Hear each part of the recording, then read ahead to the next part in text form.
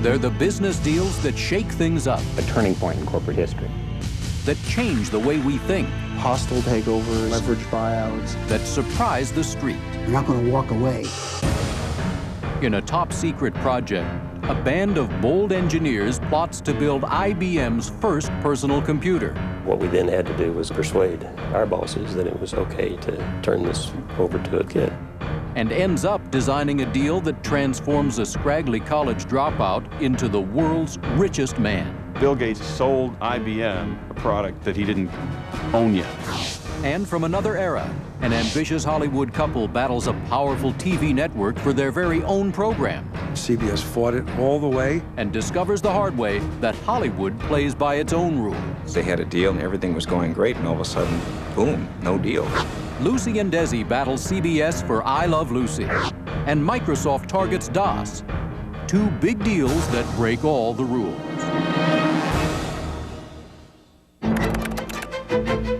It's the summer of 1980. On the campaign trail, Ronald Reagan embraces corporate America. Business is big, and no one is bigger than IBM, a colossal corporation officially known as International Business Machines. IBM was 425,000 employees. It was 2/3 of the profit and half the revenue of the computer industry for a very long time. For nearly a century, IBM has made its fortune designing and servicing room-sized computers for corporations. Now, amateur competitors across America have begun selling small household computers that actually fit on a desktop. Microcomputers, as they're called. In the summer of 1980, IBM was remarkably frustrated about the personal computer.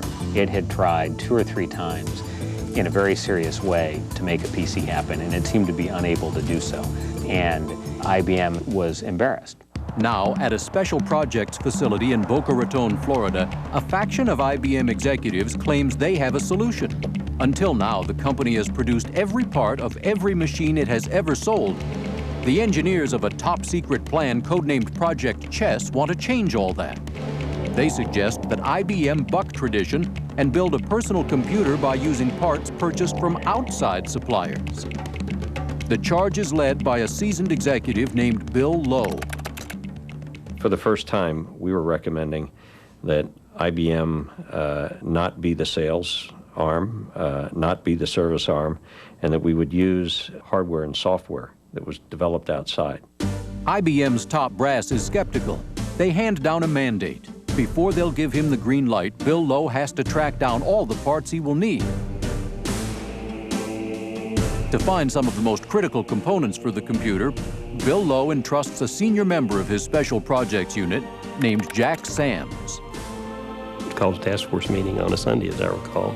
Got 13 of us together and said, we've got 30 days to put a plan together to do everything that had to be done to develop and test a complete system. But word on the street is that the best man to help Big Blue and Jack Sams get their computer parts isn't exactly corporate material. He is an unlikely 24-year-old college dropout. His name is Bill Gates.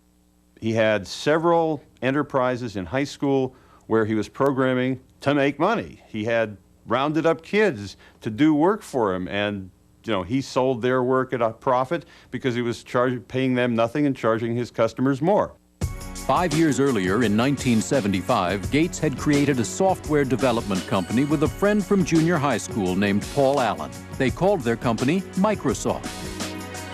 Now, in 1980, the company has grown to about 30 employees, including marketing manager Mark Ursino. I was totally impressed with the fact that he could talk about anything, that you could almost feel him listening to you and analyzing what you were saying and assessing you, how do you match up in the Brights department. Another one of Microsoft's earliest employees is a former NASA computer engineer. 10 years older than his co-workers, he holds advanced degrees in mathematics and astrophysics. His name is Bob O'Rear. 35-year-old O'Rear had to acclimate quickly to Microsoft's relaxed environment. We wore whatever, whether it was Bermuda shorts or workout. Nobody wore a tie. It was extremely casual. Bunch of young, single guys writing software, basically, like a fraternity. Bill Gates' frat house is in a Seattle suburb called Bellevue. He and his band work inside this bank building across from a strip mall. It's about as far away from corporate America as you can get. Our bookkeeper did books on the floor in bare feet and was keeping receipts and stuff in shoe boxes. Now, 51-year-old Jack Sams of IBM, the largest computer company on the planet, is about to place a call to Microsoft. He has been assigned to find 2 pieces of engineering software so IBM can build its dream machine. The first piece is the electronic language programmers use to communicate with the computer. The second piece is the brain of the computer, or operating system. It's the engine that lets computer users perform basic tasks. July 21st, 1980. The morning after Sams gets his special assignment, he telephones Bill Gates to see if Big Blue can pay a visit. The phone call Jack Sams made, it was one of the seminal moments in American corporate history. At that point, IBM had $26 billion in annual revenue, $3.6 billion in profit, and an enormous market value. Microsoft had nothing. July 22nd, Jack Sams and his entourage arrive at 10800 on the corner of 108th and 8th Street in Bellevue. They exit the elevator on the 8th floor and walk into Suite 819. They ask for Bill Gates. A young fellow came out of the back hall and I said, "Come on back." And I was looking for Mr. Gates when I got to the office. He went around to the back of the desk and sat down. I realized the young man I thought was the office boy was in fact Bill Gates. Sams has strict instructions to reveal as little as possible about IBM's computer plans. His real intention is to size up Gates and Microsoft. He was tense, very focused on what he was saying.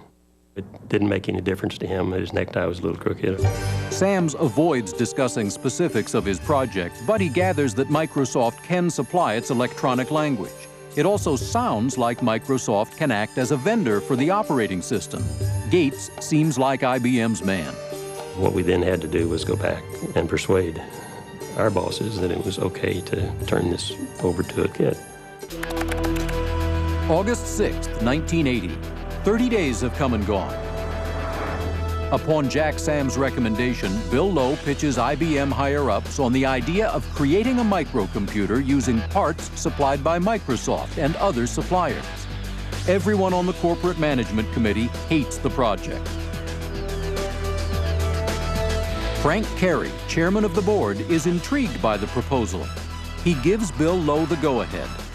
Lowe, Sams, and Microsoft have 1 year to get a microcomputer built, tested, and into market. In those days, to get a product out the door in IBM with 1 year was really on the outer edge. If Lowe's team can pull this off, IBM can jumpstart a new computer market, reaping billions of dollars in profit. For Bill Gates, the job would be a dream come true. This is the one that could really change everything. What no one knows is that Bill Gates and his band can't do what IBM wants. In fact, the upgraded operating system that Sams thinks Microsoft is pulling together doesn't even exist.